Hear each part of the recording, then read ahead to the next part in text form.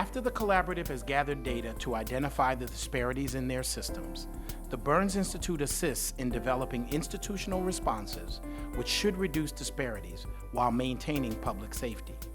These responses should involve culturally and linguistically competent alternatives to detention. There are alternatives that have been defined in the sense to detention. I don't think it's enough. I don't think that they're culturally relevant. And that's what we can bring to the table because we feel we have the expertise and we have the programs that are culturally relevant and we have that connection with the community. We're talking to that community on a daily basis.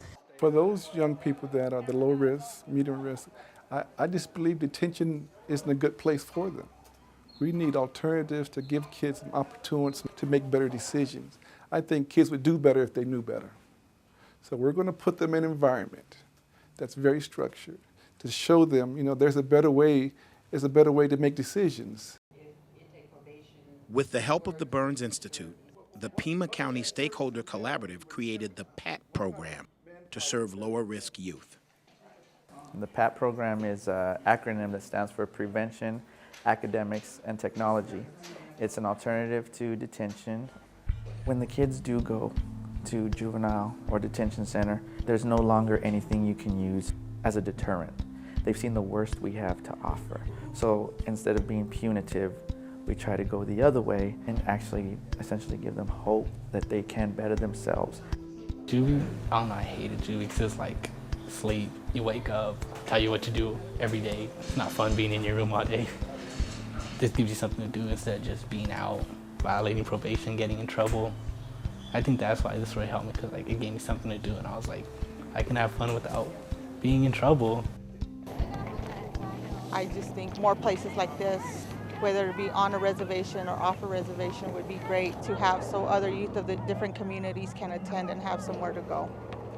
The Pima Collaborative also worked to establish the Domestic Violence Alternative Center to provide specifically tailored services to youth involved in domestic violence situations.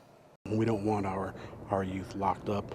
We want community agencies to intervene and service youth and families that are having problems within the home. Detention itself is not a true effective means of helping a family.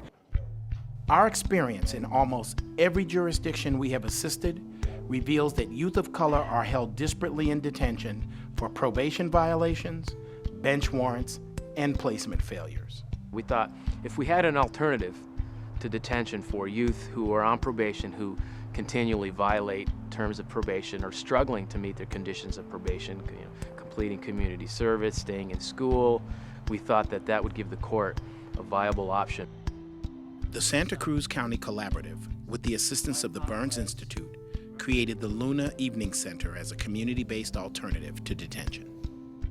There's young people out there that are being pulled into gangs. That's really one of the main focuses, is keeping them in a place where they can have proper programming, offering job services, drug and alcohol programs, the cognitive behavioral creative thinking, and just giving them that place where it's safe for them to be for that period of time.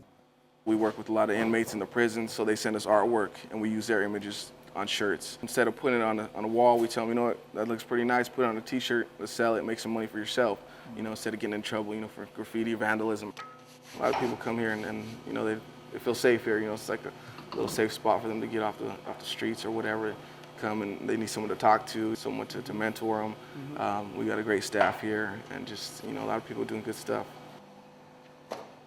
Incarceration does no good for anyone. Are we really willing to change the mindset there and to invest in these young people so that when they have the opportunity to return back to their communities, that there really is a re-entry with enough resources that can help those individuals. The Burns Institute has helped jurisdictions across the country successfully reduce racial and ethnic disparities by employing this model of intensive engagement. It is rare that a jurisdiction can accomplish reductions without this kind of assistance.